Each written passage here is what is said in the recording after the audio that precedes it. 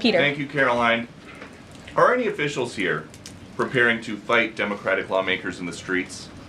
Absolutely not.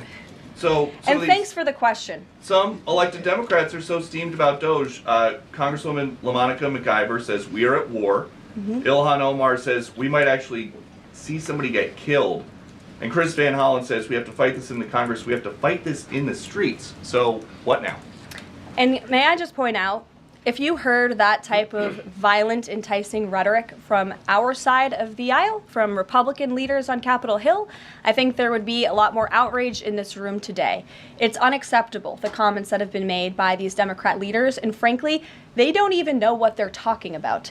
Because President Trump was elected with a mandate from the American people to make this government more efficient. He campaigned across this country with Elon Musk, vowing that Elon was going to head up the Department of Government Efficiency, and the two of them, with a great team around them, were going to look at the receipts of this federal government and ensure it's accountable to American taxpayers. That's all that is happening here. And for Democrat officials to incite violence and encourage Americans to take to the streets is incredibly alarming, and they should be held accountable for that rhetoric. It sounds like something that they're most concerned about is Doge engineers with access to Treasury systems. Can you clarify, do the Doge engineers have read-only access in these systems, so they are not allowed to write new code? No. They are not, okay. No. And then one more thing. NBC is reporting that some of the illegal immigrants that we've seen rounded up and arrested are not being deported. They're being released with ankle or wrist monitoring devices, or they have to check in on the phone. So is the administration arresting more people than you have room for? I have seen the reports, and I'm glad you brought it up because we want to address it. There have been a total of 461 illegal aliens, this is of this morning when I got this information from DHS, that have been released from custody of the more than 8,000 that have been arrested since President Trump was inaugurated. It's less than 6%, and there are reasons for their release. Some of the factors include a lack of significant likelihood of removal in the foreseeable future, lack of detention availability, which is something this president and this administration has been incredibly vocal about. We are doing everything we can to deport and detain illegal immigrants, but we need Congress's help to increase funding for Border Patrol and for ICE to increase detention capability in our facilities. And then other serious medical conditions have also been the reasons for some of the release of these individuals. But none of them have final deportation orders. Many of them are probably contesting their immigration status. I'd refer you to DHS for more details, but I did get that information because I knew it'd be a question, so thank you. Sure. Caroline? Yes. The president and you here again today have made clear, given the devastation, you think Palestinians have no choice but to leave Gaza and go elsewhere. But Palestinians say this is their home. They don't want to go. The president last night said he's willing to use the military if necessary. Is the U.S. prepared to remove Palestinians from Gaza by force? The president is prepared to rebuild Gaza for Palestinians and all people in the region, peace-loving people who want real economic development and opportunity in the region. This is a region that has been controlled by Iranian-backed terrorists, Hamas, who have brutalized not just Israelis but Palestinians too. It is because of Hamas that you see those images on that screen, that Gaza has become a demolition site because Hamas launched that brutal attack on Israel on October the 7th. And so again, I would stress, President Trump wants to ensure that this can be a place where all people can live in peace. He is a peacemaker in chief. He made that very clear in his first term. And as for how that will be accomplished, the president and his team are talking with our allies in the region to consider next steps. But should the American people be prepared to see U.S. military on the ground fighting a ground war against Hamas? Again, the president has not committed to U.S. troops in the region. But it is an option.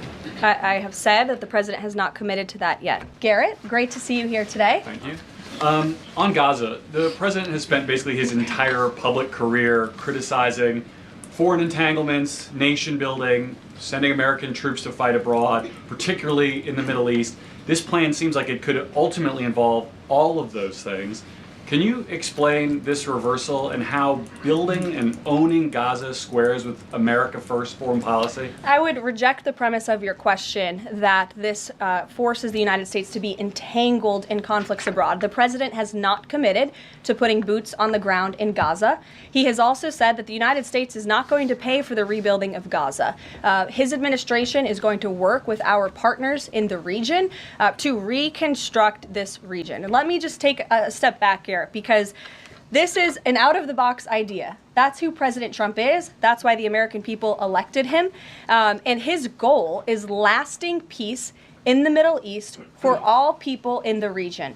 And as I said in my opening remarks, we've had the same people pushing the same solutions to this problem for decades. And it's been made very clear to the president that the United States needs to be involved in this rebuilding effort to ensure stability in the region for all people. But that does not mean boots on the ground in Gaza. It does not mean American taxpayers will be funding this effort. It means Donald Trump, who is the best deal maker on the planet, is going to strike a deal with our partners in the region. Because he did not rule out American troops in Gaza last night. Are you doing that now? I am saying that the president has not committed to that just yet. He has not made that commitment, and you know that. And on the foreign partners, the Jordanians, the Egyptians, the Saudis have already panned this plan. What foreign partners, if any, have expressed any interest in being part of it? Well, the president has said he's been socialing this idea for quite some time. He's been thinking about this. He said in his remarks last night, this was not a decision or an announcement that he takes lightly. And the president has already spoken to the President al-Sisi. In fact, that was his first foreign leader call. He's meeting with the King of Jordan, King Abdullah, next week. He spoke with the King of Bahrain. He spoke with the Crown Prince of Saudi Arabia. And he has made it very clear, he's been very vocal, that he expects our partners in the region, particularly Egypt and Jordan, to accept Palestinian refugees temporarily so that we can rebuild their home. I'd like to show you some images of Gaza that were taken. Fox News aired this. I mean, that is, as they put it, in an apocalyptic scene in Gaza. This is an uninhabitable place for human beings. Do you really think that families can live their dream in a region that looks like this, with no running water, no electricity? And the special envoy to the president, Steve Witkoff, recently traveled to Gaza, as you all know. And he came back with images that he showed the president of the dire situation here. And the president made this decision with a humanitarian heart for all people in the region. Dasha. Karoline, you said the president has been working on this idea for a while behind the scenes now. Is there a written plan based on the president's proposal for Gaza? And if so, when was it drafted and who had a hand in that? The plan was written in the president's remarks last night as he revealed it to the world and to the American people, and his team are continuing to be engaged on this effort. I saw the National Security Advisor this morning. He has a very busy day of calls, and they will, again, continue to engage with our partners. That includes Steve Witkoff as well. Mary. Two questions for you on the news of the day. So how is today's executive order going to impact the 2028 Summer Olympics in Los Angeles? For example, would a man who thinks that he's a transgender woman be allowed to compete as a female on U.S. soil? It's a very good question, and the president has actually mentioned this, that he does expect the Olympic Committee and the NCAA to no longer allow men to compete in women's sports. And I think the president, with the signing of his pen, starts a very public pressure campaign on these organizations to do the right thing for women and for girls across the country. Again, this is an incredibly popular position. There have been many notable female athletes who have had the courage to speak out against some very powerful institutions in this country. They deserve to have a voice and a say. The president is bringing their voice to the highest level at the White House this afternoon, and he expects these organizations to comply with this federal executive order that he'll be signing today. Thank you. And one more. On media coverage of this executive order and the topic in general, what's the White House's view of framing that calls men transgender females, or similar rhetoric coming from organizations like the ACLU and GLAAD? Well, it's been very clear. The policy of this administration is that there are only two sexes, male and female. Pretty simple. Brian Glenn. Yes. USAID has gotten a lot of attention in the last couple of days with some of these bizarre things that we've been, taxpayers have been funding. Mm-hmm. Now it looks like there are a couple media outlets that have been dragged into this conversation as far as USAID funding as well. Does the president have any comment on that? So upon coming out here to the briefing room, I was made aware of the funding from USAID to media outlets, including Politico, who I know has a seat in this room. And I can confirm that the more than $8 million taxpayer dollars that have gone to essentially subsidizing subscriptions to Politico on the American taxpayers' dime will no longer be happening. The DOJ team is working on canceling those payments now. Again, this is a whole of government effort to ensure that we are going line by line when it comes to the federal government's books. And this president and his team are making decisions across the board on, do these receipts serve the interests of the American people? Is this a good use of the American taxpayers' money? If it is not, that funding will no longer be sent abroad, and American taxpayers will see significant savings because of that effort. Thank you. I'd like to give some love to the back row. I've heard that unfortunately they haven't been called on in years past. So Reagan, why don't you go ahead? Thanks, Caroline. The WHC announced that comedian Amber Ruffin, who has called the president a toddler with his pants pulled down, will be the entertainment for this year's Correspondents' Dinner. Does the White House have a reaction to this choice, and will the president be attending the dinner this year? Certainly an interesting choice. I have the president's invitation on my desk. I have the invitation for myself on my desk as well. Haven't talked to the president about it. When he makes his decision, I will let you all know. But definitely an interesting choice of the comedian. I'll talk to the boss about it and see what we decide. Sure, go ahead. Yes, yes.